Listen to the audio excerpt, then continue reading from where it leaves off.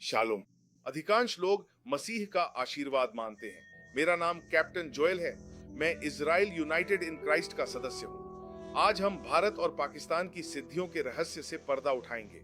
दुनिया भर में काले लोगों के उत्पीड़न पर कई वैश्विक प्रश्न पूछे जाते हैं। सिद्धी विधानसभा की सदस्य और सिद्धी समुदाय की पाकिस्तान की पहली महिला सांसद तजिना कंबरानी ने कहा, अफ्रीकी मूल के लोगों पर दुनिया भर में अत्याचार हो रहा है, उनका अमानवीकरण किया जा रहा है, लेकिन काले लोग भी इंसान ही हैं। इस पर जितना जोर दिया जाए कम है। काले लोग, जिनमें वे समुदाय भी हैं जो पाकिस्तान में रहते हैं, उन्हें उस पाप की सजा दी जा रही है जो हमने किया ही नहीं। हमें हमारी विशेषताओं, हमारे दिखने के तरीके, हमारी त्वचा के रंग के लिए सजा दी जा रही है।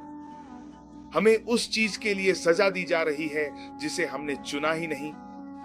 जब आप व्यवस्था विवरण 28 की पुस्तक पढ़ते हैं, किंग जेम्स वर्शन की मूल बाइबल में, तो उसमें लिखा है, लेकिन ऐसा होगा यदि तुम अपने प्रभु परमेश्वर की वाणी को न सुनोगे और उसके सब आज्ञाओं और विधियों को, जिन्हें मैं आज तुम्हें आज्ञा देता हूं, न मानोगे, तो ये सब शाप तुम पर आ पड़ेंगे और तुम्हें घेर लेंगे।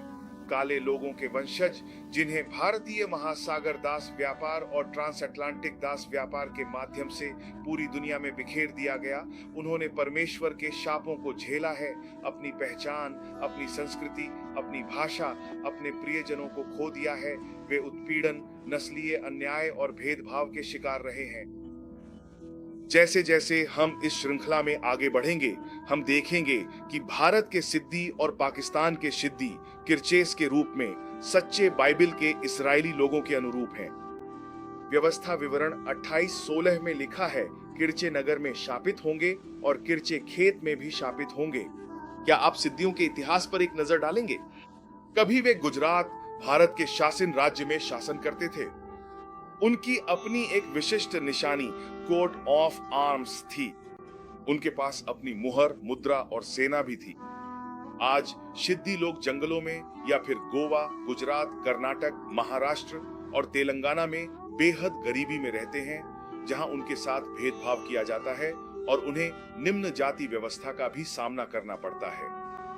भारत के सिद्दियों की तरह पाकिस्तान के सिद्दी भी वही हालात झेलते हैं। पाकिस्तान के सिद्दी, जो सिंध, कराची और बलूचिस्तान में रहते हैं, रंगभेद, बेरोजगारी का सामना करते हैं और उन्हें शहर के दक्षिणी हिस्से में घेट्टो बस्तियों में रहने के लिए मजबूर किया जाता है, जहां नशे और हथियारों का कारोबार फैला हुआ है और आर्थिक अवसर भी बहुत कम है, जिससे गरीबी, अशिक्षा और वहां के निवासियों पर बुरा असर पड़ता है।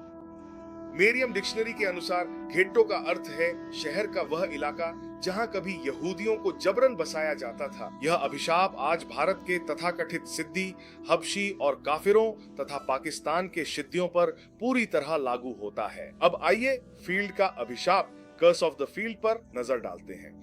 गुलामी के दौर में सिद्दी और सिद्दी लोगों को नील, चीनी, नारियल, लौंग, पेंबा और अनाज उठाने के लिए मजबूर किया जाता था। आज जिन सिद्दियों के पास छोटी छोटी जमीनें थीं, वे अपनी मुख्य आय के लिए किसी उच्च जाति के परिवार के लिए काम करते हैं और सुपारी तथा चावल जैसी चीजें उपलब्ध कराते हैं। व्यवस्था विवरण ड्यूट्रोनोमी पुस्तक के अध्याय 28 श्लोक 17 में लिखा है, शापित होगा तेरा टोकरी और तेरा भंडार।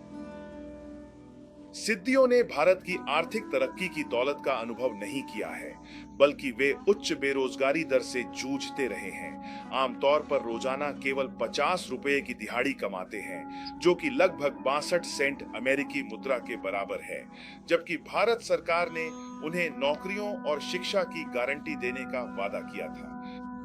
हग्गै 1:6 में लिखा है,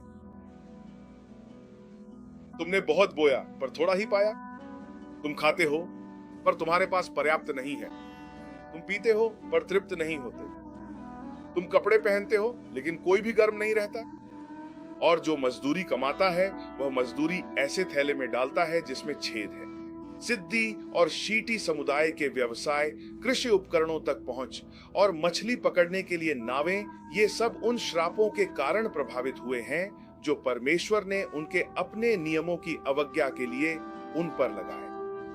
व्यवस्था विवरण अध्याय 28 पद 29। और तुम दोपहर के समय ऐसे टटोलोगे जैसे अंधा अंधकार में टटोलता है और अपने मार्गों में सफल नहीं हो पाओगे। सिद्धि और शिद्दी जो बाइबल में इज़राइल की संतान हैं, अपनी सच्ची पहचान खोजने की कोशिश कर रहे हैं, लेकिन वे अंधे होकर चल रहे हैं, जबकि उनकी असली पहचान का सच उनके सामने ही है। हालांकि सिद्धि और शिद्दी भारतीय और पाकिस्तानी संस्कृति में घुल मिल गए हैं, वे उनकी भाषा बोलते हैं, उनके जैसे कपड़े पहनते हैं और यहाँ तक कि उनका धर्म भी अपनाया है, फिर भी यह समुदाय एक जाति के रूप में समृद्ध नहीं हो पाया है। तुम सदा ही अत्याचार और लूट का शिकार रहोगे और कोई भी तुम्हें बचाने वाला नहीं होगा।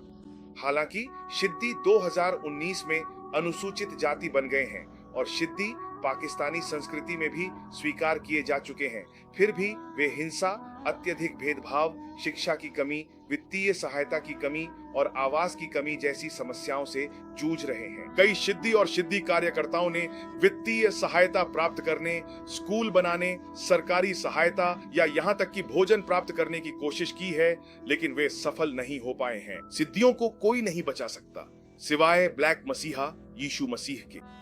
लूका अध्याय 1 पद 68। धन्य है इज़राइल का प्रभु परमेश्वर, क्योंकि उसने अपने लोगों की सुध ली और उनका उद्धार किया और अपने दास दाऊद के घराने में हमारे लिए उद्धार का सींग खड़ा किया, जैसा उसने अपने पवित्र भविष्यद्वक्ताओं के मुख से कहा था, जो सृष्टि के आरंभ से हैं, कि हम अपने शत्रुओं से और हमसे बैर रखने वालों के हाथ से बचाए जाएं। अपने पूर्वजों से किए गए दया के वचन को पूरा करने के लिए और अपनी पवित्र वाचा को स्मरण करने के लिए। पुस्तक के अध्याय 28 वचन 30। तू अपनी पत्नी से विवाह करेगा और कोई दूसरा पुरुष उसके साथ सोएगा। तू एक घर बनाएगा और उसमें नहीं रहेगा। तू एक दाख की बारी लगाएगा और उसके अंगूर नहीं तोड़ेगा। दास व्यापार के दौरान जब लोगों को जबरन ले जाया गया, कई महिलाओं के साथ बलात्कार हुआ। सिद्दी और शिद्दी लोगों को अरब दास व्यापारियों द्वारा पूर्वी अफ्रीका से ले जाया गया था। किताब ब्लैक होलोकॉस्ट फॉर बिगिनर्स के पृष्ठ 33 पर लिखा है, इसके अलावा यह उपलब्धता एक मुस्लिम पुरुष को उस विवाह की असंतुष्टि से राहत का एक साधन भी देती थी जिसमें उसे यौन संतुष्टि नहीं मिलती थी। एक दासी को खरीदने से पहले, जिसे वह अपनी उपपत्नी के रूप में इस्तेमाल करना चाहता था, मुस्लिम पुरुष यह सुनिश्चित करने में सतर्क रहता था कि वह उसकी प्रेम पूर्ण पहल के प्रति उत्तरदायी है या नहीं।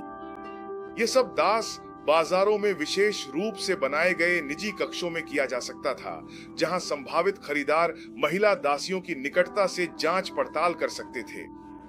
यहाँ पुरुष इन असहाय महिलाओं और लड़कियों के साथ ऐसी हरकतें करते थे जिनकी उम्र 12 से 18 वर्ष थी, जो वे उस मुस्लिम महिला के साथ नहीं कर सकते थे जिससे वे विवाह करना चाहते थे।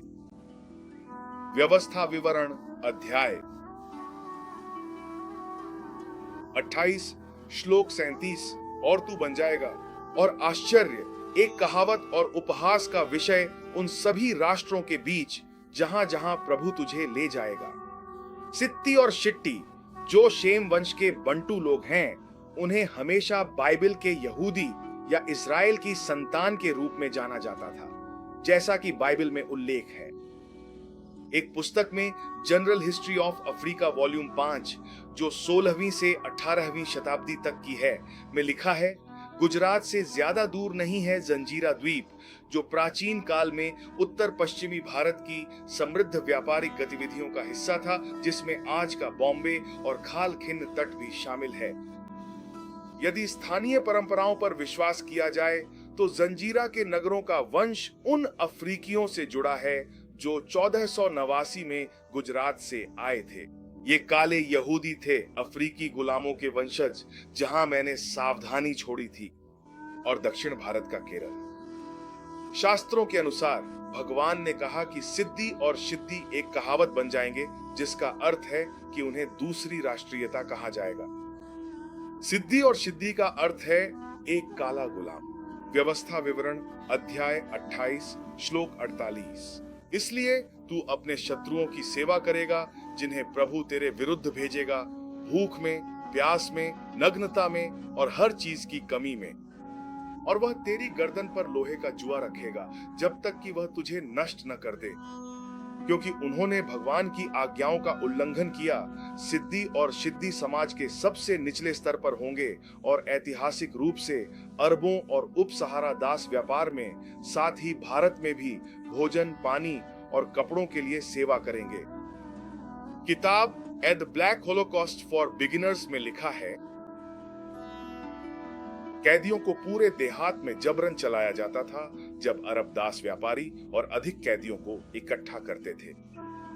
हर उम्र के युवा पुरुष, महिलाएं और बच्चे या तो सन या चमड़े से हाथों में बांध दिए जाते थे, जो समय के साथ और कसता जाता था, और गर्दन के जुए से एक दूसरे से जोड़े जाते थे और उन्हें घने जंगलों, सवाना, पहाड़ों और जल मार्गों के बीच सैकड़ों मील पैदल चलने के लिए मजबूर किया जाता था।